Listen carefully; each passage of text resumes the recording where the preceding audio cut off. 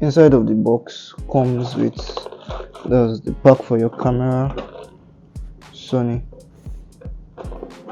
ZV-E10. So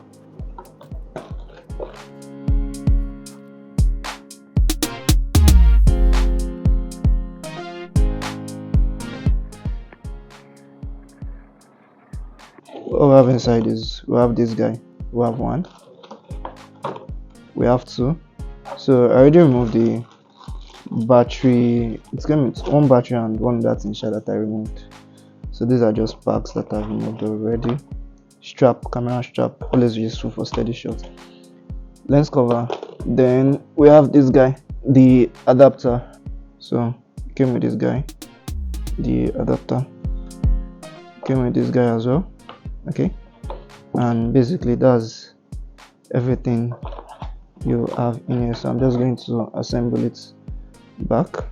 Yeah, back, assemble it back, focus, and I'm just going to plug this back basically. So that's everything that comes with your camera. Getting an extra battery and charger does not hurt, it will help you. So switching it on, this comes on. So what I want to do is English, enter date and time. Okay, so I'm going to choose a place close to Africa where I am, so like that.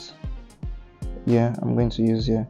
So daylight savings on, that's just to help adjust the time plus 1 hour or minus 1 hour, just so that it's correct with global standards. So today's date is 21 and the month is December 2023 and the time 7:52, so that'll be 19:52. Okay, so that's the time 52. Okay, so date and time format, I'm actually okay with anyone. So enter image edge. Okay, I don't actually need it. This is just to be able to sync the visuals you have on your camera to your laptop or phone, so I don't need that. What I'm just going to do is I'm going to press OK, and that's it. I just got the vibration and my camera is set. So you can see the ISO, it's with the kit lens anyway. You can see the Sony there and you can see that blinking of no card. So what I'm going to do is I'm going to just add a card. Okay, so mounting the card inside goes like this, the other way. Okay, so there was a red blink here. After mounting the card, you can see that. So what I want to do next is let's see if we're good, and I think we're good. You can see from here everything works fine. It's the ISO, battery 98%, everything is good, and it feels like, and other things that I've unboxed already. So this is the pack for this Sony ZV-E10. You can see it's A series, quite nice and handy.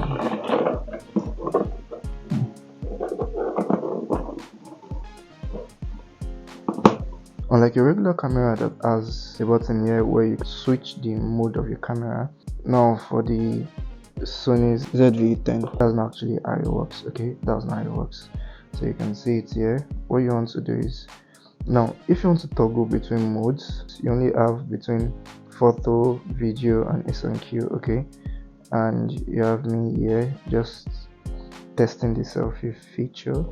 So what I'm just going to do is I'm just going to click on this button for you to see. Now you can see that I'm in the manual mode for video. Okay, so if I click on this button again, I'm on S&Q, and now if I click again, I'm on picture manual, but then I had to switch it. But if I come here to FN, if I click on FN,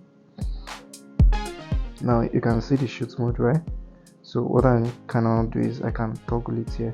So for standard camera, even like this Sony a6400, you'd notice that this by default usually have a button around here for it to actually play with to do your toggle, but then it's not available here. And if you look at this sort of like a tutorial on how to use this camera. So if you actually look at this now, this is just a zoom button, a zoom in and out button for your shots and even when you've taken the picture. Okay, so let me put it to a test. I'm going to go to my picture, then I'm going to use the button. So let me focus on it from here. Okay, now you see that you can easily zoom in, right? Then you can use this, you can use your dial here to go in, to go out. You can move left or right so you can see the detail. This is just from the kit lens, and I use the speed light, then I bounce the light to myself just a little. You can see I'm quite sweaty. So to zoom out, zoom in, zoom out, you can see that that's one of the use.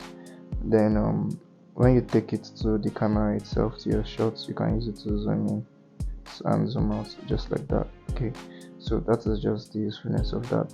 Then you have the switch, on and on button. Okay, that's this one right here, just to switch on and off the camera. After that, you have your C1 button. Now for this particular button, it is to sort of like change the focus from your camera. Okay, so if you want to put your background in focus and if you don't want it to be in focus, that is what it is used for.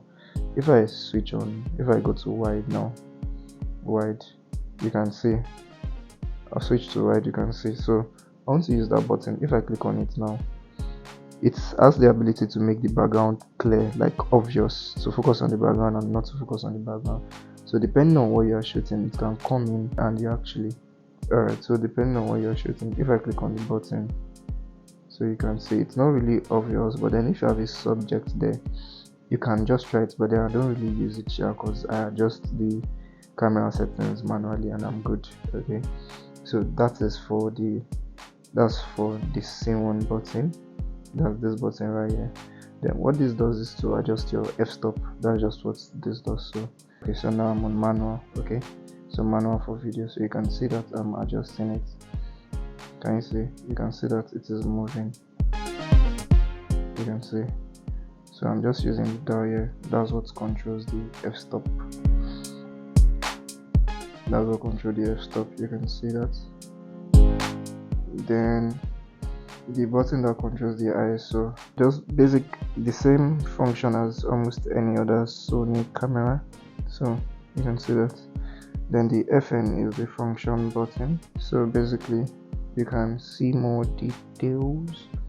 If I click on FN, you can see. So the FN has a lot of options in it. It does have a lot of options in it. So you can see the manual, the product showcase sets. This is where you switch between your color profile. So I usually like choosing S-Log2 whenever I'm shooting for video. So that's like this setting over there. Then you use the menu button to go back, like that. Yeah, so basically there's some things that you shouldn't really concern yourself about in terms of camera settings, but this is what it is. And there was a mistake I made in my video on not necessarily, there was something I missed out in the video I made on how to use my review on the Sony A6400. So I mentioned that the optical stabilizer option, like for steady shots, is not available on the kit lens. So no, it was not available on the manual lens, but then some of the kit lenses actually have optical steady shot. So you can see it there, optical steady shot, and you can see, so that's the kit lens. Okay, yeah, and you can actually film yourself. So let's start like this. So that's one of the perks of this, unlike the Sony A6400, that's, you know, the compartment is just here for the view, and this one doesn't have any viewfinder at all. It has the mount for the speed lights, as you can see. This is its speakers. What you have here is a speaker. Okay, just speaker to capture audio, and basically that's everything. It's a very basic camera that is not too complex for almost anybody to use. So you can flip it in a lot of ways. You can bend it, so you can see various ways of just bending it. So you can see, can you see that? You can see. So you can just adjust it any way you want. Then you can bend it to the other side. Then I go out. Alright, so this is me trying to film myself. Okay, so it's actually really nice. It's quite nice. You can see me filming myself. Okay, that's like how it works. Let me work on the camera settings so we can use the camera for what it is meant for. Alright, so this is a final remark on the Sony Alpha ZV-E10. We are currently recording around 11:59 p.m. This is almost midnight, Nigeria, West Africa. So you can see that the picture quality is great, but the lens we're using here is a 20mm lens with I'm shooting on an f-stop of 1.4. The shutter speed is 1/320 and the ISO is 500. Now we're shooting on standard profile. We're not shooting on my regular S-Log 2 or Sinister or anything like that, just standard footage, and you can see that the visuals is very clear. So for those of you out there that you're trying to see that maybe you need to save up 4-5 million naira, 2 million naira to buy your Sony FX3, or you're waiting to be able to afford a Sony Alpha A7S series, you don't actually need. So with your ZV-E10 you can do a lot. And I've also shot a review on the Sony Alpha 6400. So like I always say, the major thing you need to look out for is your post-production. You know, it's very good to pay attention on the gears that you are using and all of that, but then your skill also matters. So grind your skill, sharpen your skill, and you see that even with the most boring tool, even with the most underrated tool, you can actually do a lot. Major difference between the Sony Alpha ZV-E10 and the Sony Alpha A6400 is just the fact that the A6400 is looking like it has the features of your premium Sony cameras in comparison with the Sony A7S series, the Sony A7 series, and all of this your standard Sony camera. Now the FX3 is just for video, we all know that, but then now for the Sony Alpha A6400 it has an inbuilt flash.